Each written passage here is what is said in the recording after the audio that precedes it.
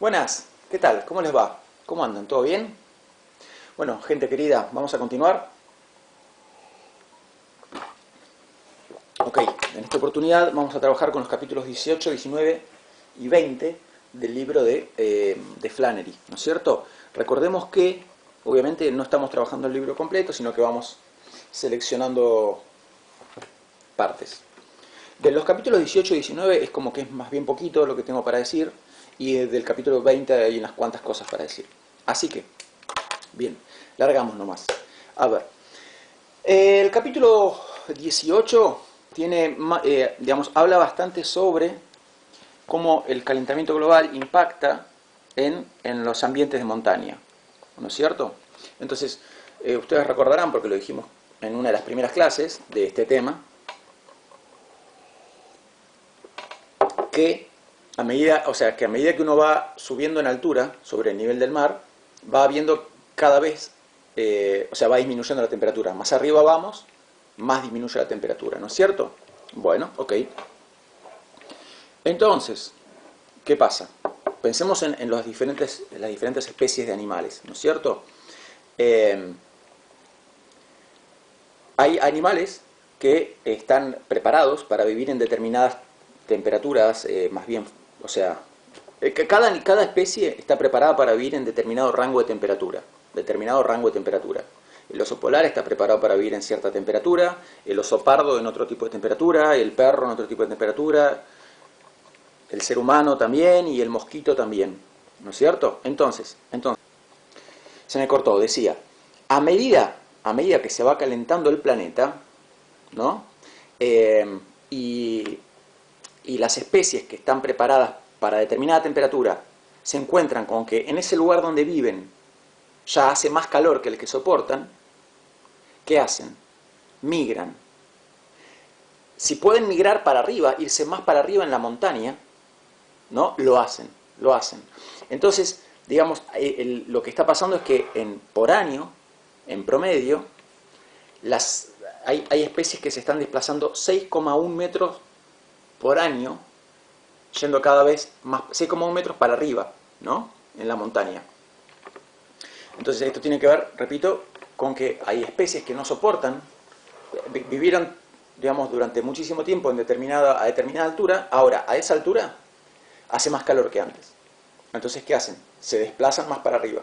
Y cada año se van más y más para arriba en la montaña, ¿no? Entonces se están desplazando, repito, a una medida de 6,1 metros por año, lo cual es mucho, porque en 10 años se desplazaron, son 60 metros, en 20 años 120 metros más para arriba, etcétera, etcétera, ¿no? Bien, eso como dato, digamos, general y que nos da una idea del tema. Ahora, vamos a hablar de un tema en particular que tiene que ver con el ser humano, que afecta mucho al ser humano, que es la malaria, ¿no? Entonces la malaria es una enfermedad infecciosa que mata todos los años miles de personas. En Argentina no tenemos esa enfermedad, pero en muchos lugares sí. Es una enfermedad asociada más que nada a determinadas regiones, a determinados climas. Bueno, ok. ¿Por qué comento todo esto? Porque se da el caso de que el vector de la malaria, o sea, el vector que es el organismo que transmite esa infección, es una especie de mosquito, ¿sí? Es una variante de mosquito, una variedad de mosquito, ¿no? Entonces, hay una variedad de mosquito que transmite esta infección al ser humano, que es la malaria. Entonces, si te pica un mosquito que está trayendo, que tiene adentro, ¿no? La malaria, entonces te infectas de malaria. Ok, ¿por qué esto es relevante? Porque al mosquito le gusta el calor, ya lo sabemos. Entonces, a determinadas temperaturas no hay mosquitos, y a determinadas temperaturas más arriba, sí. En el verano nos llenamos de mosquitos. O mismo, en el medio del año, cuando de golpe tenemos, ahora por ejemplo, este video lo estoy grabando en agosto, y hoy es 11 de agosto, ya está haciendo frío de vuelta, ¿no? Pero si, no sé cuándo mirarán este video, pero recuerden que en los primeros días de agosto tuvimos ese veranito, esa seguidilla de 7, 10 días más o menos, entre 7 y 10 días de 25 grados, 26. Bueno, y ahí aparecieron mosquitos. Yo por lo menos tuve que poner tabletas para los mosquitos de vuelta. ¿Por qué? Porque empezó a hacer calor de vuelta. Entonces, ¿cuál es la relevancia de todo esto? Que hay poblaciones enteras en el planeta, hay poblaciones enteras que se edificaron, se instalaron a determinada altura sobre el nivel del mar. ¿Para qué? Para vivir en un clima que no es propicio al mosquito, ¿no? Entonces, vos tenés poblaciones donde, no sé si se llega a ver, bueno, vamos a hacerlo acá, a ver.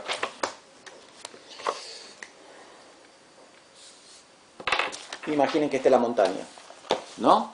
Bien, la temperatura que le gusta al mosquito, que son esos 20 y pico de grados, está acá, supónganse. Bien, entonces el ser humano, de esto es una costumbre de hace miles de años, hace la población, se instala a vivir más arriba que la altura a la cual el mosquito vive. Entonces se instalan acá, por ejemplo, a esta altura de la montaña. Bueno, ¿qué pasa? Por calentamiento global, ¿no es cierto? A esta altura de la montaña solía haber determinada temperatura que era muy baja para el mosquito. Pero ahora la temperatura que hay acá está empezando a ser una temperatura más apta para el mosquito, porque hace más calor. Entonces los mosquitos se están desplazando cada vez más para arriba en las poblaciones montañosas. Lo cual trae... y la malaria es una de las enfermedades, ¿no? Porque está también el dengue, pues ya sabemos, Zika, dengue, chikungunya, etc., ¿no? Entonces, todas las infecciones que transmite el mosquito, ¿no?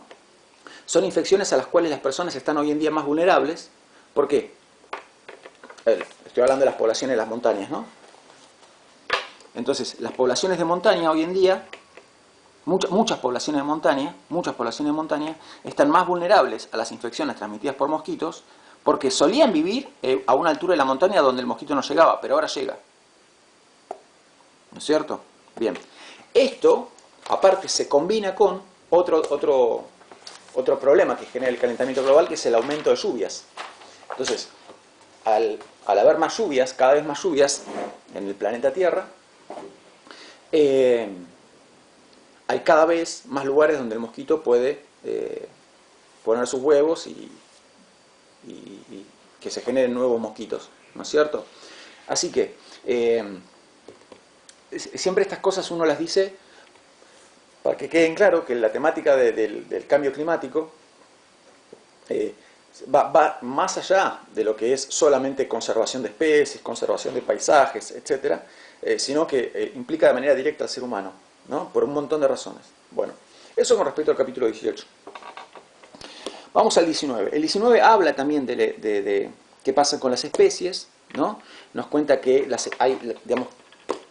se están dando fenómenos migratorios de especies, ¿no? Especies que van cambiando de lugar. Ya no hablo verticalmente, sino horizontalmente, por así decirlo, que se van cambiando el lugar donde viven, buscando lugares menos calurosos, ¿no es cierto?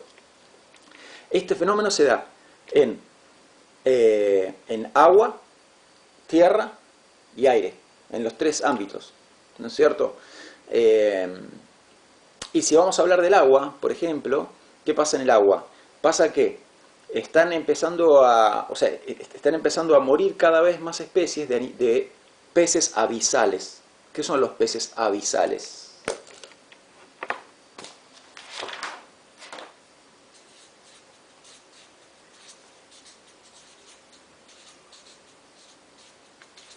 Los peces abisales son los peces de las profundidades del mar.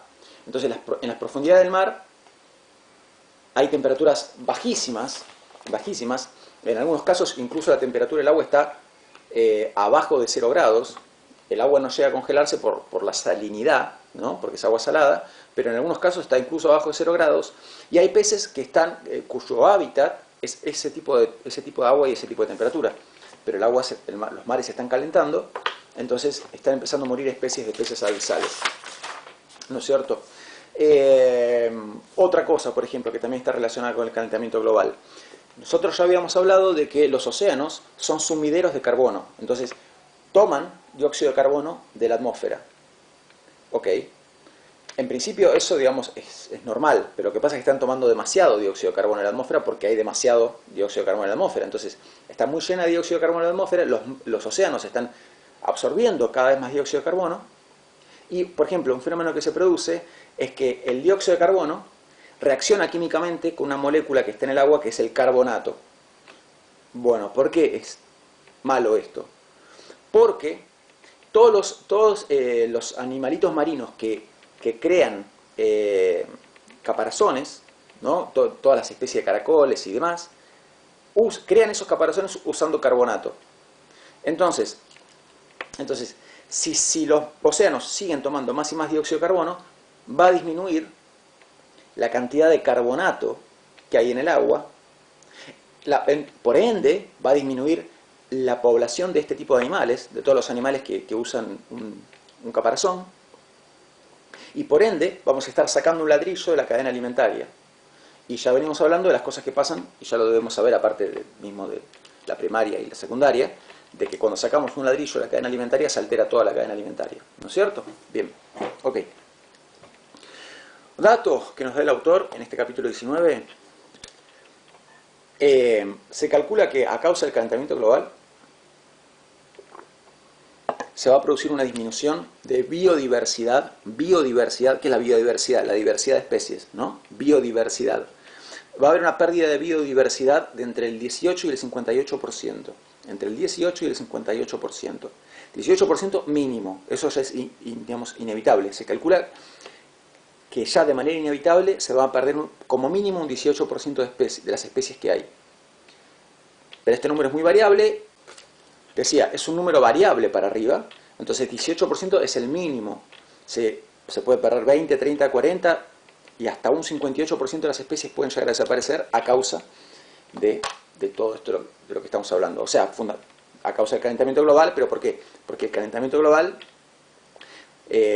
deteriora y destruye incluso los hábitats de muchas especies. Por ejemplo, los peces abisales, solamente por dar un ejemplo. Bien, ni hablar, osos polares, bueno, un montón de cosas más, ¿no es cierto? Bueno, esto es lo que me interesaba decir del capítulo 19. Vamos al 20. 20, porque en el 20 nos tenemos que detener bastante más. Hay bastantes cosas para hablar. A ver, el capítulo 20 es muy importante porque se llama los 3 puntos de inflexión, ¿no? ¿Qué es un punto de inflexión? Un punto de inflexión es un punto en el cual, o sea, si ustedes tienen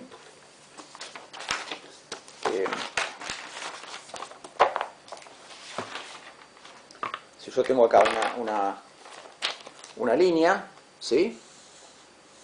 Este es el punto de inflexión, el punto en el cual cambia la dirección de las cosas. Es un punto de cambio, un punto de inflexión. Entonces, el capítulo 20 se llama los 3 puntos de inflexión. ¿Por qué?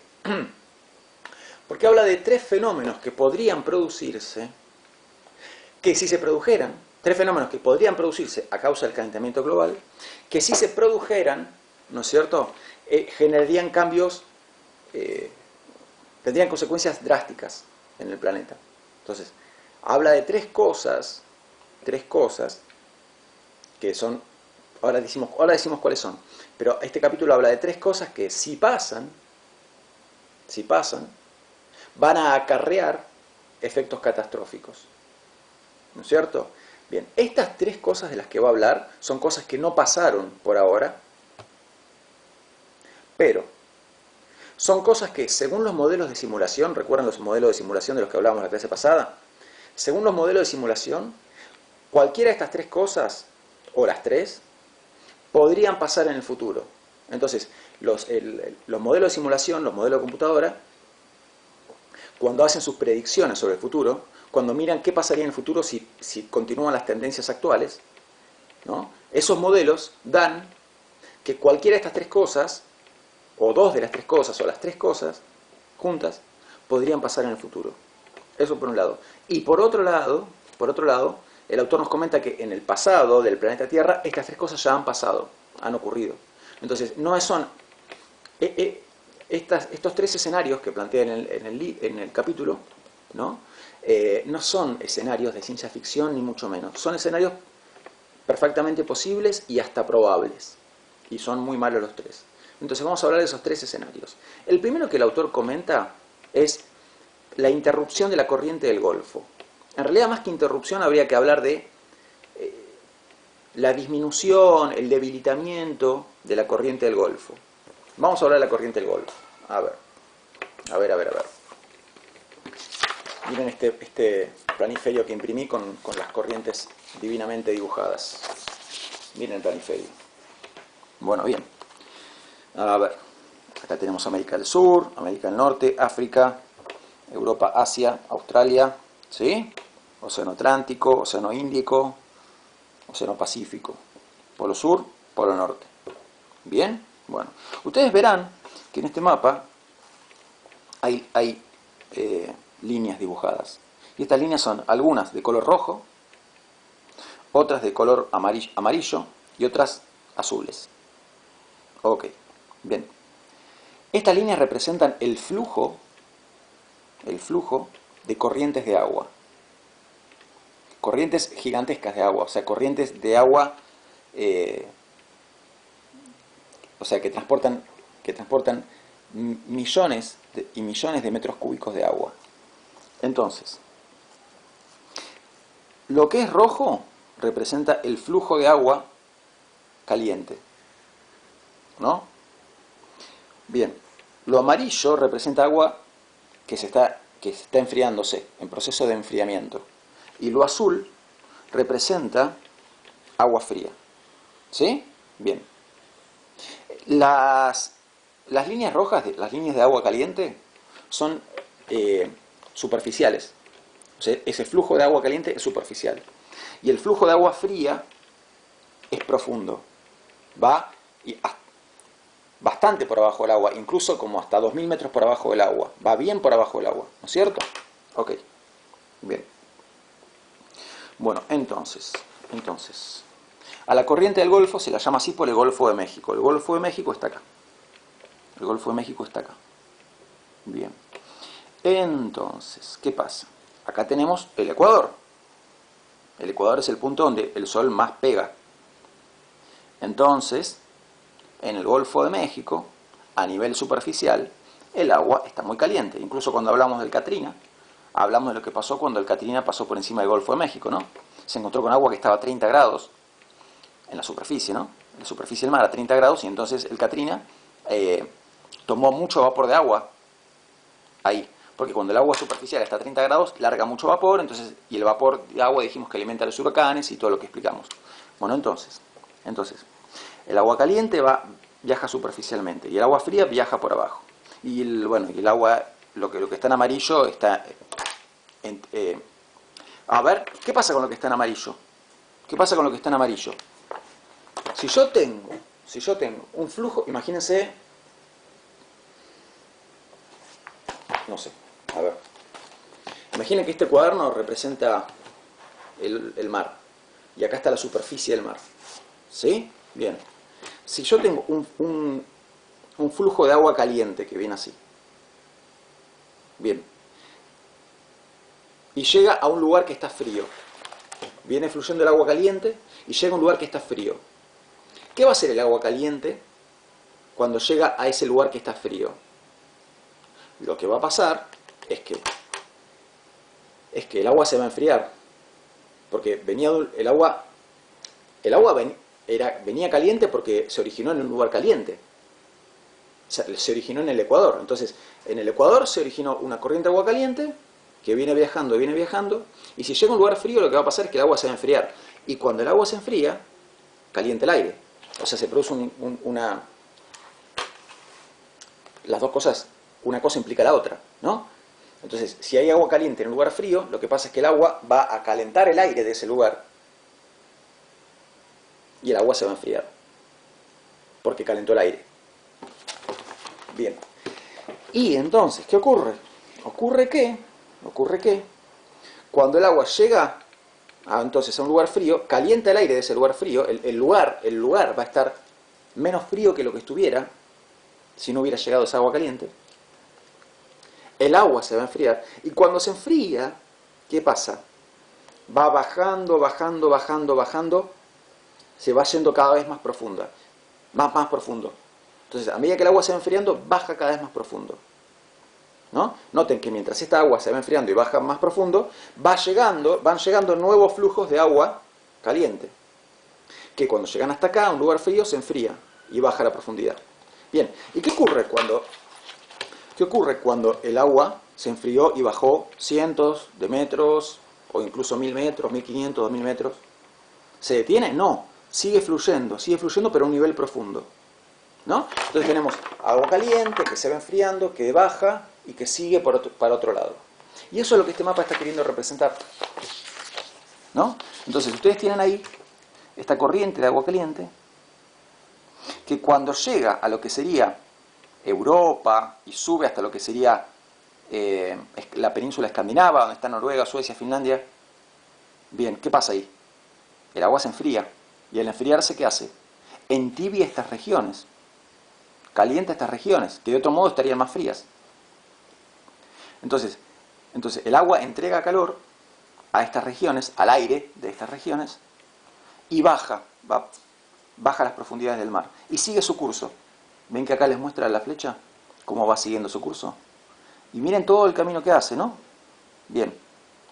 Y miren lo complejo que es todo este flujo de agua. Porque el agua fría sigue fluyendo, y en algún momento se reflota y sale de vuelta. ¿Pero a qué altura sale de vuelta? Fíjense, Océano Índico, Océano Pacífico, ¿no? Entonces, si seguimos, por ejemplo, esta línea de agua fría, que viene por acá, por acá, por acá, por acá. Bien, decía, si seguimos esta línea de agua fría que viene por acá, por acá, por acá, cuando baja hasta lo que sería el Polo Sur, sigue su camino, va hasta el Océano Pacífico, y ahí sale de vuelta a flote, a la superficie, ¿no? Y cuando sale a la superficie se calienta, porque fíjense que estamos a la altura del Ecuador, ¿no es cierto? Bien. Bueno, y otro lugar donde el agua, ven, acá tiene otro flujo de agua, acá también puede salir esa agua y calentarse en el Océano Índico. Y ahí, acá y acá, se unen estas dos corrientes, vuelven al Golfo, etcétera, y es todo un circuito que está permanentemente en movimiento. Bien, este flujo de agua es importante por diversas razones, ¿no? Si vamos a lo que es el ámbito humano, piensen que justamente hay países de Europa Occidental donde la temperatura bajaría significativamente si no recibieran este flujo de agua caliente.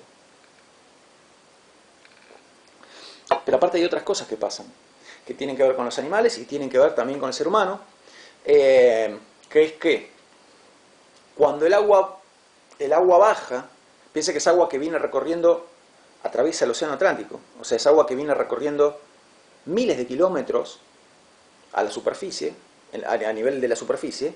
Entonces es agua que está oxigenada. Esa es toda agua que viene agarrando oxígeno del aire. Cuando esa agua baja, transporta oxígeno hacia el fondo del mar. Qué malo que sería si esta agua no bajara. Porque si esta agua no baja, no llega suficiente oxígeno al fondo del mar. Ok, bien. ¿Por qué cuento todo esto? Porque ¿qué sabemos a esta altura? Sabemos que a causa del calentamiento global, el hielo del Polo Norte, el del Polo Sur también, ¿no? Pero en este caso lo que más nos interesa acá es el hielo del Polo Norte, está derritiéndose. Y el hielo, el hielo es agua dulce y el agua de mar es agua salada.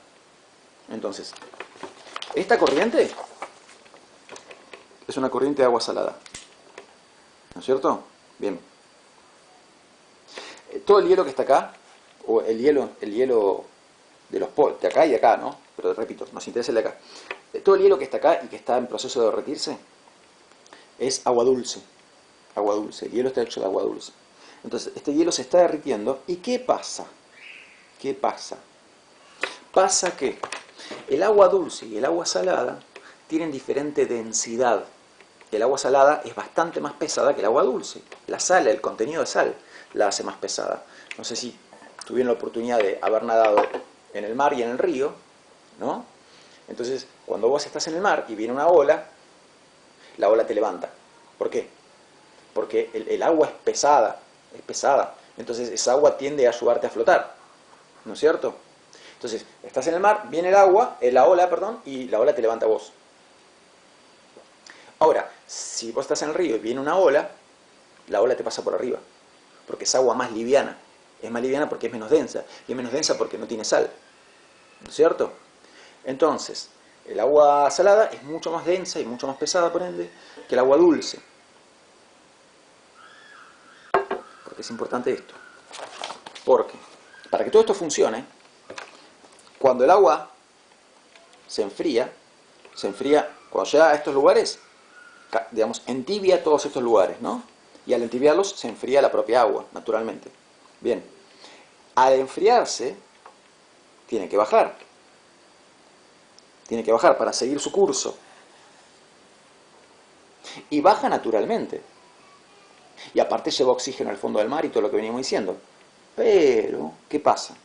Como acá, en el polo norte, hay hielo en proceso de derretirse, cuando la corriente del Golfo llega hasta acá, se está empezando a encontrar con agua dulce, o sea, con agua menos salada. El agua del polo, de todas estas regiones, de las regiones bien al norte, está haciéndose menos salada, porque está recibiendo agua de todas las placas de hielo, glaciares, etcétera, que se están derritiendo. Entonces, cuando la corriente llega acá, se encuentra con agua menos salada que lo que tendría que ser. Y como el agua está menos salada, entonces viene acá, viene agua salada caliente, se enfría. Se enfría, pero no solo se enfría y se mezcla con agua menos salada. Entonces, a esta agua le va a costar más hundirse, porque es agua más liviana, va a tender a permanecer en la superficie, ¿no? Bueno, entonces, todo esto lo digo ¿para qué? Para que entendamos que el derretimiento del hielo de los polos, ¿no? Tiene el potencial de debilitar o incluso de interrumpir, que sería el peor panorama posible, estas corrientes. Lo que yo conté todavía no está pasando tal cual. Repito, son panoramas posibles o incluso probables. Lo que pasa es que se están dando algunos indicios de esto. Estas corrientes siguen funcionando, siguen fluyendo, ¿no? Bien. Pero hay indicios de que están empezando a debilitarse estas corrientes. Bueno, ¿cuál sería el panorama catastrófico? El panorama catastrófico sería que cuando esta corriente llega acá, se forme un agua que ya no es lo bastante salina, no es lo bastante salada, para bajar. Entonces, al no bajar, no sigue fluyendo. Y se altera todo este flujo de agua. Bueno, ese es uno de los escenarios posibles. Los modelos de computadora dicen que esto es algo que puede pasar en el futuro. Ok. Bueno, después van a ver en el capítulo que el autor da datos sobre cuál es la cantidad de agua. Bueno, por ejemplo, te dice que la corriente del Golfo acarrea 100 sverdrups, ¿no? Sverdrup es una medida de flujo de agua. Un sverdrup equivale a 1 millón de metros cúbicos de agua fluyendo por segundo, ¿no? Entonces, la corriente del Golfo tiene 100 sverdrups. Y para que nos demos una idea, el río Amazonas, ¿no? Tiene 1 sverdrup. Entonces digo, la cantidad de agua que está trasladándose en esta corriente es enorme, gigantesca. Bueno, bien, ok. Vamos a el segundo escenario posible. El segundo escenario posible es la muerte de las pluviselvas del Amazonas. Entonces vamos a hablar del Amazonas y más particularmente de las pluviselvas.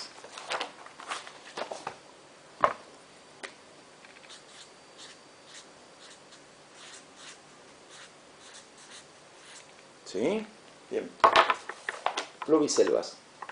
La palabra pluvial, ¿con qué la asociamos? Con la lluvia, ¿no? Entonces las pluviselvas, ¿y una selva qué es? Una selva es un bosque tropical. Entonces, en el Amazonas hay pluviselvas, o sea, selvas pluviales, digamos. ¿Por qué? A ver, ¿qué es una pluviselva? ¿Y qué lo diferencia de otras selvas?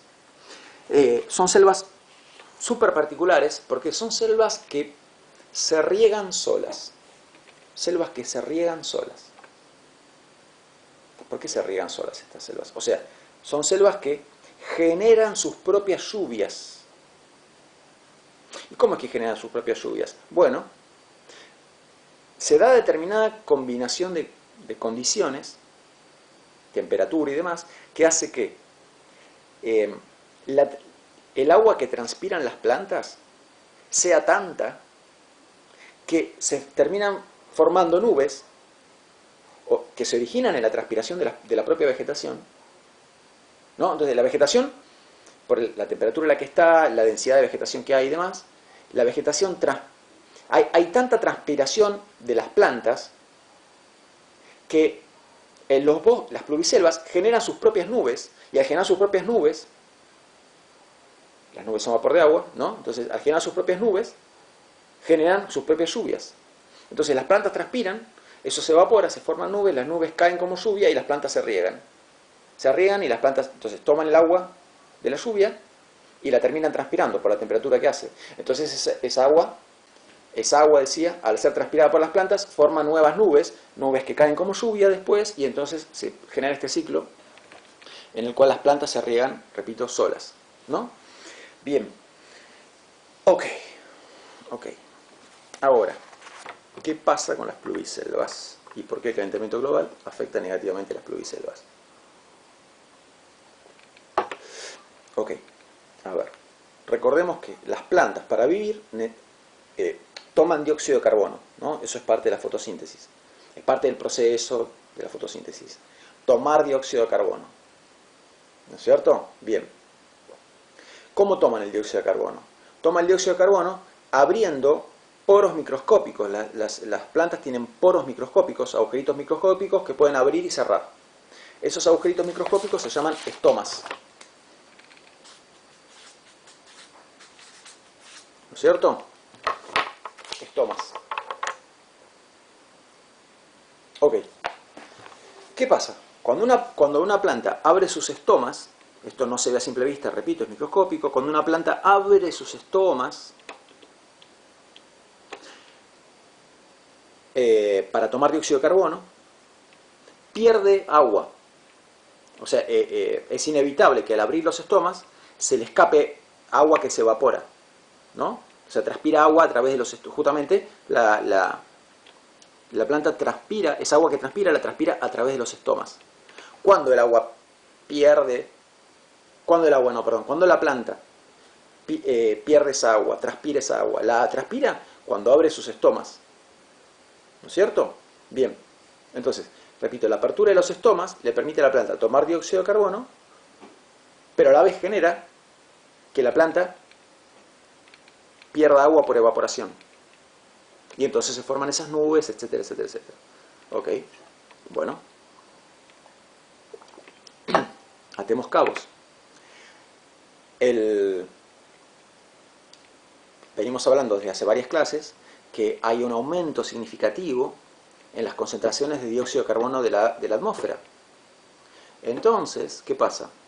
Cada vez que las plantas de la pluviselva abren sus estomas para tomar dióxido de carbono, ¿no? Están tomando más dióxido de carbono y por ende abren los estomas menos tiempo. La planta necesita tomar tanto dióxido de carbono, X.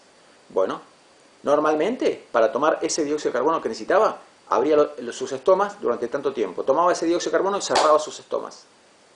Bien, ¿qué está pasando ahora? Cuando las plantas abren sus estomas, hay tanto dióxido de carbono que necesitan abrir por poco tiempo sus estomas. Es menos el tiempo que las plantas tienen abiertos sus estomas, porque hay más dióxido de carbono. Entonces les alcanza con abrir sus estomas menos tiempo. Necesitan abrirlos menos tiempo. Entonces, al abrir menos tiempo los estomas, están perdiendo menos humedad, o sea, están transpirando menos que lo que normalmente deberían transpirar.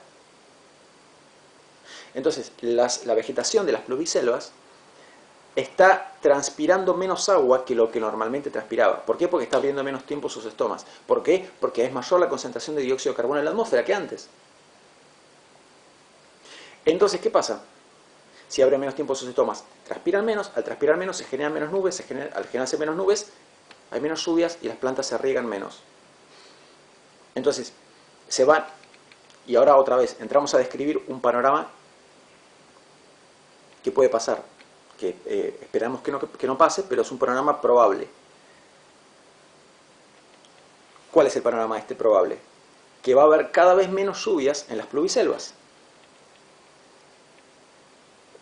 Entonces, al haber cada vez menos lluvias en las pluviselvas, las plantas se van a regar cada vez menos, y al regarse cada vez menos, van a ir desapareciendo. Va a ir disminuyendo la vegetación de las pluviselvas del Amazonas. Bien. Aparte de que esto, desde el punto de vista de la naturaleza, es un fenómeno trágico, una vez más, digamos, no se queda solamente esto este tema no pasa únicamente por lo que es la preservación de la naturaleza, ¿no? Bien, ¿por qué? Porque, ok. Pensemos en lo siguiente. Si van desapareciendo las pluviselvas, entonces, si va habiendo cada vez menos vegetación, ¿no es cierto? ¿Qué va a ir habiendo en su lugar? Ese terreno va a estar cubierto ¿por qué? Va a estar cubierto cada vez más ¿por qué? Por hierba y simple tierra, ¿no es cierto? Entonces, esto es lo que va a pasar con las pluviselvas si continúan las tendencias actuales. Va a haber cada vez menos selva y cada vez más pasto y a la vez desierto, mezcla de pasto y desierto. Esto no pasó todavía, pero es el panorama de lo que podría pasar, ¿no es cierto? Bien. Suelo cubierto de pasto en algunos lugares y pura tierra en otros lugares. Suelo que a causa del calentamiento global va a estar cada vez más caliente. ¿Y qué pasa cuando el suelo se calienta? Cuando el suelo se calienta, se descompone más todo lo que está en el suelo. Y lo que está en el suelo es materia orgánica. Entonces, si se calienta más y más el suelo, se descompone más y más lo que está en el suelo. Y al descomponerse, como es materia orgánica, ¿qué libera? ¿Qué libera la materia orgánica cuando se descompone? Libera carbono a la atmósfera. Se libera más carbono a la atmósfera, se calienta más la atmósfera, y por ende se calienta más el suelo, y por ende se descompone más la materia orgánica del suelo, por ende se libera más carbono a la atmósfera, carbono, estuve diciendo carbón, quise decir carbono. Vuelvo. A medida que se calienta el suelo, se descompone más la materia orgánica del suelo. Al descomponerse, se libera carbono. Ese carbono calienta más la atmósfera. Al calentarse la atmósfera, se calienta más el suelo. Al calentarse más el suelo, se descompone más la materia orgánica del suelo. Y tenemos otro ciclo de retroalimentación positiva. Un nuevo ciclo de retroalimentación positiva. ¿No es cierto? Bueno. Además, recuerden que la vegetación, y el suelo también obviamente lo estamos diciendo, son sumideros de carbono. Entonces toman carbono de la atmósfera. ¿Qué pasa si desaparecen las pluviselvas?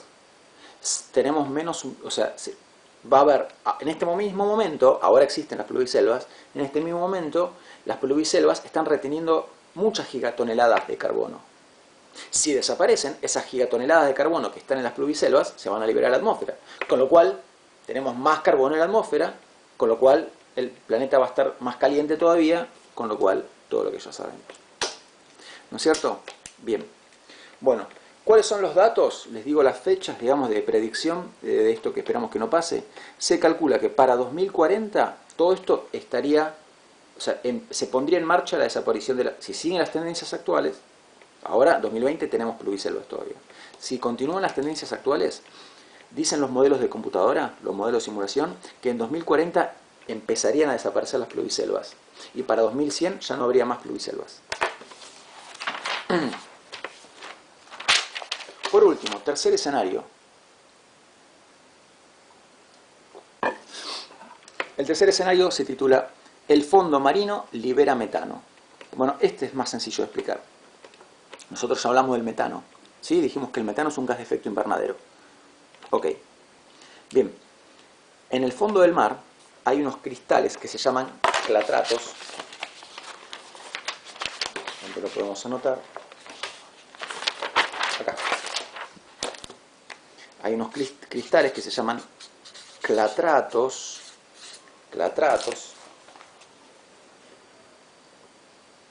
¿Sí? Ok.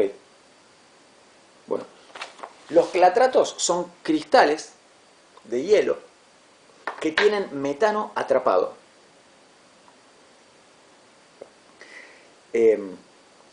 Entonces, ese metano no se libera porque está atrapado en el hielo, que está en el fondo del mar. ¿No es cierto? Mientras el agua sigue ejerciendo la presión que ejerce sobre esos clatratos y mientras se mantenga fría la temperatura a la que están los clatratos, entonces los clatratos van a seguir ahí y listo. Ok, obviamente, ¿cuál es el problema acá? Que los océanos se están calentando. Entonces, si la tendencia actual continúa, los clatratos van a desintegrarse, se van a derretir, y el metano que está contenido en ellos se va a liberar a la atmósfera. Y esto sería catastrófico. ¿Por qué? Porque si uno suma todo el metano que está contenido en los clatratos de todo el planeta, que están en el fondo de los océanos, es muchísimo más que todo el metano que hay subterráneo. Vieron que el metano que usamos, ya los conté esto, ¿no? Que el gas natural que usamos para cocinar está compuesto fundamentalmente de metano, ¿no? Ese metano proviene de depósitos subterráneos. Bueno, si uno suma la cantidad de metano de todos esos depósitos subterráneos, es muchísima menos, esa cantidad es muchísima menos que la cantidad de metano que está en los clatratos. Entonces, la cantidad de metano que se liberaría a la atmósfera si los clatratos se derritieran sería abismal, sería catastrófica. ¿Por qué no es loco pensar en esto? Porque también en este caso tenemos un circuito de retroalimentación positiva. ¿Por qué? Porque a medida que lentamente se va calentando el planeta, ¿no? Algunos clatratos van a aflojarse, van a derretirse y van a empezar a liberar metano. Al liberar metano, el metano es un gas de efecto invernadero, se calienta más el planeta. Al calentarse más el planeta, se derriten más clatratos, se libera más metano. Al liberarse más metano, que es un gas de efecto invernadero, se calienta más el planeta, se derriten más clatratos. ¿Me siguen? Entonces, ven que no, esto de ciencia ficción no tiene nada, ¿no? Bueno, entonces, este es otro panorama catastrófico que no tendría, que hay que evitar, obviamente. Bueno, ya cerrando, hacia el final de este capítulo 20, como si tuviéramos pocos circuitos de retroalimentación positiva, el autor nos agrega otro más, de manera un poquito así como colgada, ¿no? Pero comenta algo que no está estrictamente conectado con estos temas, pero que, bueno, igualmente es para tenerlo en cuenta. ¿De qué nos habla al final del capítulo el autor? De los aires acondicionados. ¿Por qué? Porque nos dice, bueno, ahí hay otro circuito de retroalimentación positiva. La gente está prendiendo más sus aires acondicionados porque el planeta está más caliente. Ahora, los aires acondicionados usan corriente eléctrica, mucha, ¿sí? 2000 watts un aire acondicionado, más que 2000 watts también. Entonces, en la medida en que esa corriente provenga de centrales eléctricas que generan corriente quemando carbón, entonces, digo, ven lo tonto que es el ser humano, ¿no? Como hace calor, prende el aire acondicionado. Perdón, parece como medio categórico como lo estoy diciendo. Yo también he usado aire acondicionado, pero digo, razonemos acá, ¿sí? Razonemos por qué hay que usar el aire acondicionado lo menos posible y sin ponerlo en 18 cuando hace calor, sino apenas como para que esté agradable y ya. A ver, Como hace calor, prendemos el aire acondicionado. ¿Y cómo hacemos funcionar el aire acondicionado? Quemando carbón. Y quemar carbón libera dióxido de carbono a la atmósfera y eso hace que haga más calor. ¿Y qué vamos a hacer cuando haga más calor? Vamos a prender el aire acondicionado. ¿Y cómo lo hacemos funcionar? Lo hacemos funcionar quemando carbón en las centrales eléctricas. Y entonces liberamos más dióxido de carbono. Ese dióxido de carbono calienta más la atmósfera, entonces hace más calor. Y tenemos más necesidad todavía de prender el aire acondicionado. ¿Me siguen? ¿No es cierto? Bueno, entonces acá hay otro tema. Obviamente nada de esto pasa si la corriente que hace andar el aire acondicionado no proviene de la quema de combustibles fósiles. Si proviene de energía solar, de energía eólica, bueno, listo. ¿No es cierto? Pero bueno, no es la realidad actual. La realidad actual es que se sigue quemando carbono a lo loco porque es la forma más barata de producir corriente. Bueno. Y nada más que decir sobre este capítulo 20. Es todo malo lo que decimos, lamentablemente. Pero bueno, por eso hay que saberlo. Y hay que saberlo en la medida en que mucho de esto es evitable. No todo, pero mucho de esto es evitable. Bueno, con esto cerramos la clase de hoy. ¿Sí? Nos vemos la próxima. Les mando un abrazo grande. ¡Chao!